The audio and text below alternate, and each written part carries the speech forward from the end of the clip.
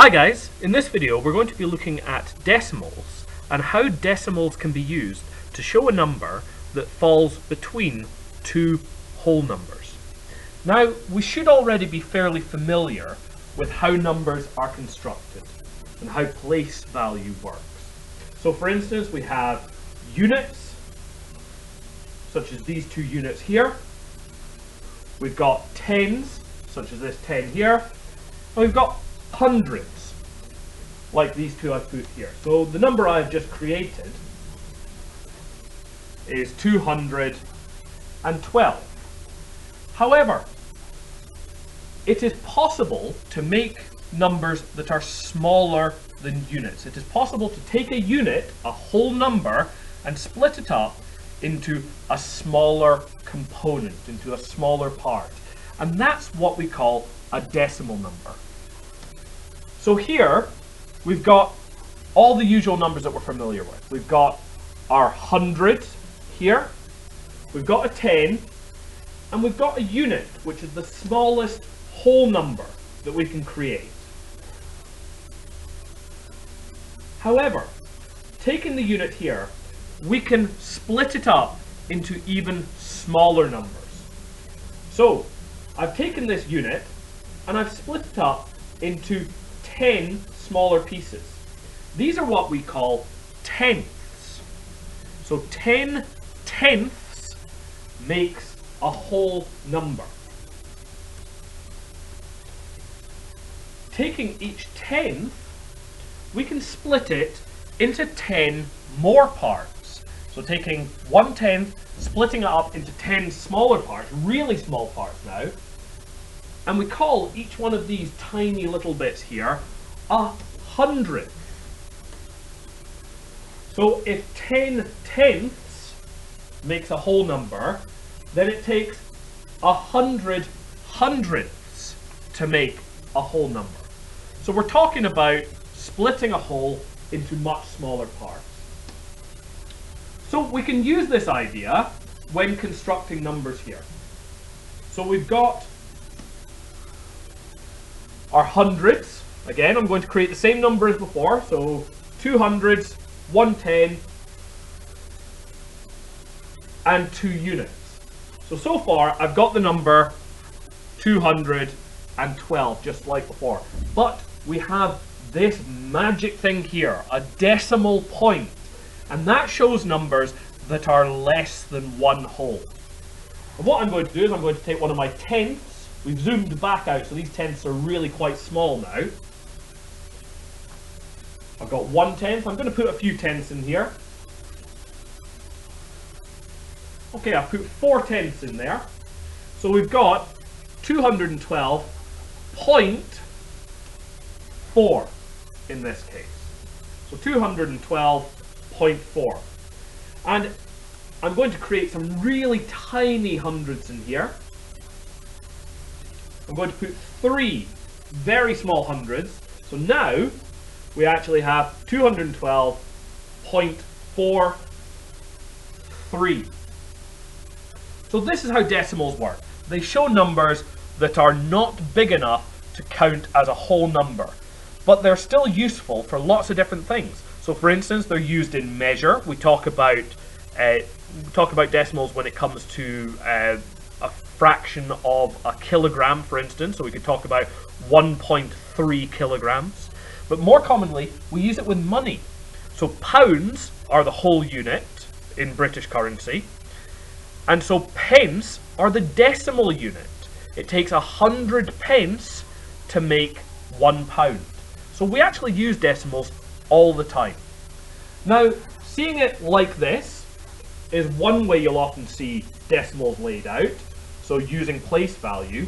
But another nice way to think about it is by looking at it as a number line. So I've got a number line here. The black numbers, or the black increments, represent a whole number. So I'm going to put, let's just choose a few random numbers. We've got 12, 13, and 14 at the far end. So we've got the numbers 12, 13, and 14. But you can see that there are spaces in between each of these. As a matter of fact, there are a total of 10 spaces in between each of these. And this shows the numbers that fall between these three whole numbers. So here we've got 12, here we've got 13. This then is 12.1. I'll mark this in red, 12.1. We could also see that this would be 12.2, 12.3, 12.4. Goes all the way up to 12.9, and then we get to 13. Okay?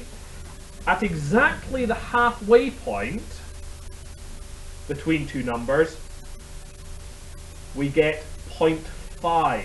So this number right here would be 13 and a half, 13.5. So 0.5 is the halfway mark. Now, so far we're just looking at tenths here. This number line has been split into tenths. However, if we zoom in a little bit more, we can see that it's now been split into hundredths. So we've still got our whole numbers, 12, 13, and 14 with the black lines. We've still got our tenths, these slightly longer lines here. But now, between each tenth, we have these really, really small increments. And those are our hundredths. And in fact, to go from here to here, to go from 12 to 13, there are 100 hundredths in between each. So, for instance, if I were to draw a line, let's say right here, an arrow right there. Kind of hard to tell exactly what one that's pointing at. I'm meaning that one there. There we go, that's a bit clearer. What are we looking at here? Well, we know that there are 12 units. So we know that there's 12 units here. How many tenths are there? Well, there's 1, 2, 3 tenths. So we're 12.3. But now, how many hundredths are there? Well, it's 12.3, 1, 2, 3. 12.33 would be this number. Okay, so that would be 12.33.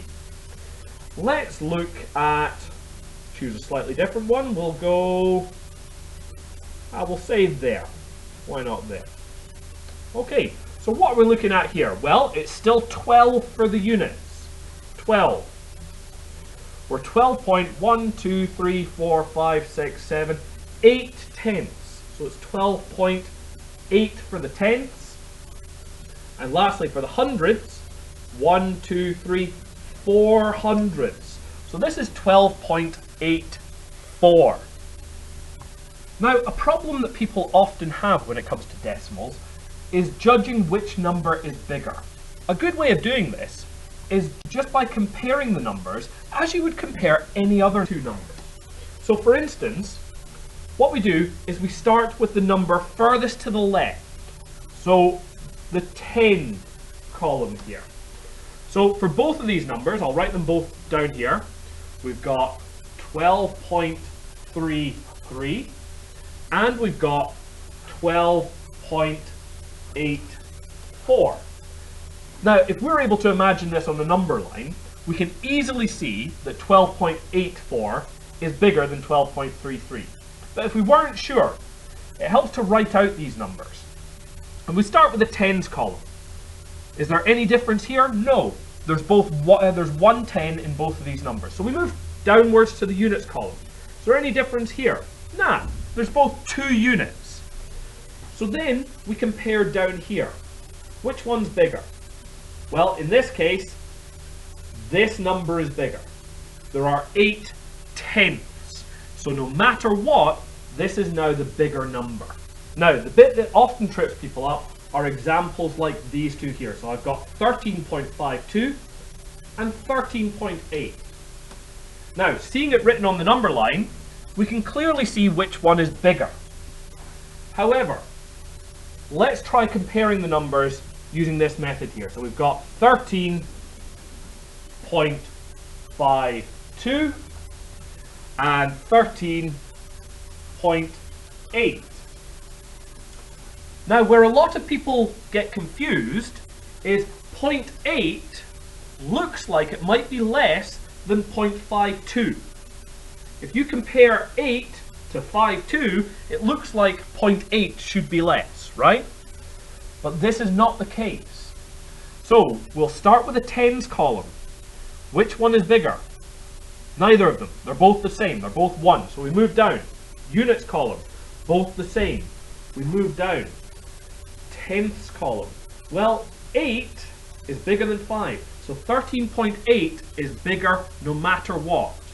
But if you're unsure, when it comes to decimals, you're allowed to add as many zeros as you want on the end. We can't do that with whole numbers. If you add zeros on the end of whole numbers, you'd create bigger numbers. So if I stick an extra 0 in here, I'd be making the number bigger. I'd be changing it from 13 to 130. That changes the number. However, when it comes to decimals, sticking zeros on the end doesn't change the number at all. So if I want to compare these two, I can stick as many zeros as I need to make them both the same length. And now, it makes it a bit more obvious. I can see that 13.52 is obviously less than 13.80. Is this 0 needed? Absolutely not. We don't need to put it on. But it helps you to actually see it sometimes in order to recognize which number is actually bigger. So if possible, try to imagine it as a number line. Using a number line strategy to actually figure out which of the two numbers is bigger is often the most effective. But if you can't do that, start by writing out the numbers, lining them up, and then comparing them starting at the left and working your way rightwards. So let's look at a couple of examples to finish off. So we've got some examples here. We've got A and B. And this is kind of a test your knowledge quiz here. So we've got 5.2 and 5.23. Now, again, we're allowed to add as many zeros as we want on the end of either of these. I'm going to make these two the same length, and we should be able to see that 5.20 is less than 5.23. So 5.23 is the bigger number there. These next two, 0.5 versus 0.45. So at first sight, 4.5 looks bigger than 5. But if I was looking at it on a number line, I would immediately see that 0.5 is bigger. But just to check, we'll compare the zeros, they're both the same. And then we compare the tenths. Well, 5 is bigger than 4. So no matter what, 0.5 is bigger. But if you're still not convinced, I stick a 0 on the end to make them both the same length, and you should be able to see now that 0.5 is bigger. This one should be fairly obvious. 14.72 versus 14.64. This one is the bigger one. I should have ticked which one was bigger before there as well, so we'll tick that one. So 14.72, clearly the bigger one. And the last one then, so this is quite similar to this one up here. We've got 91.3 and 91.23. Comparing the tens column, they're both the same. Comparing the units column, they're both the same. Comparing the tenths column, 3 is bigger than 2. So no matter what, 91.3 has to be the bigger number. And again, if you're not convinced, stick as many zeros on as you need to make them the same length. And we can see here that 3.0 is bigger than 2.3. So now you know what a decimal is, and you know how to work out which of two decimal numbers is bigger. Cheers, guys!